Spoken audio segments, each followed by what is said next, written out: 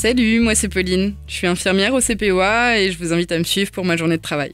En ce moment, je travaille en 7h30. Du coup, aujourd'hui, je suis d'après-midi, j'arrive à 13h45 et après avoir dit bonjour à l'équipe, je file chercher ma blouse. Une fois remontée du vestiaire, je commence ma journée et je prends les transmissions des patients dont je serai la référente. Mon rôle au CPOA, c'est d'accueillir les patients, d'identifier leurs besoins de soins et de les accompagner durant leur consultation. Quand un patient se présente, je vais réaliser un premier accueil assez rapide.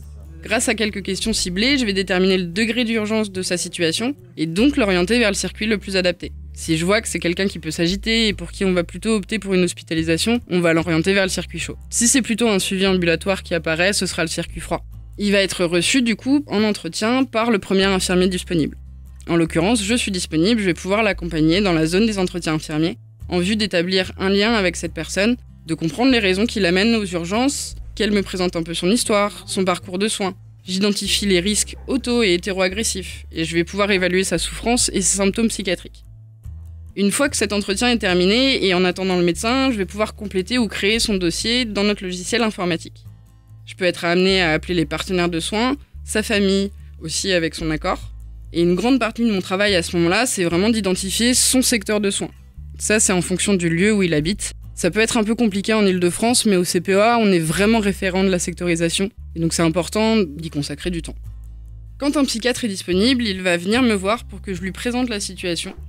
On va dans un bureau de consultation pour que je lui fasse les transmissions et il va pouvoir évaluer le patient de son côté à l'aide d'un autre entretien.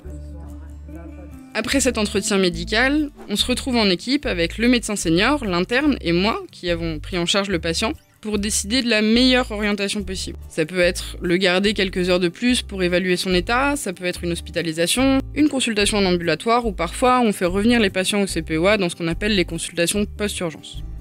Pour ce patient, du coup, on a décidé d'une hospitalisation. On va l'installer dans une chambre, lui prendre ses constantes en vue de lui administrer un traitement et le mettre en sécurité. Donc pour ça, on récupère ses affaires et on le met en pyjama.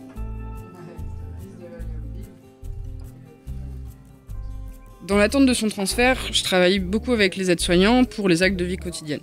Repas, douche.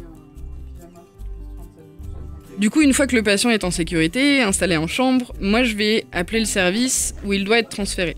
Ça demande souvent des compétences de persuasion et de négociation pour que la prise en charge soit la plus rapide possible et que le transfert se passe le mieux possible. Une fois que la place est trouvée, je vais pouvoir appeler les ambulances et organiser son départ du CPOA. Je pense bien à récupérer toutes ses affaires et à transmettre le dossier du patient. Du coup, en tant qu'infirmière au CPOA, je peux aussi être postée dans d'autres missions importantes, et notamment la régulation téléphonique. Dans ces cas-là, j'organise et je coordonne les activités cliniques du CPOA.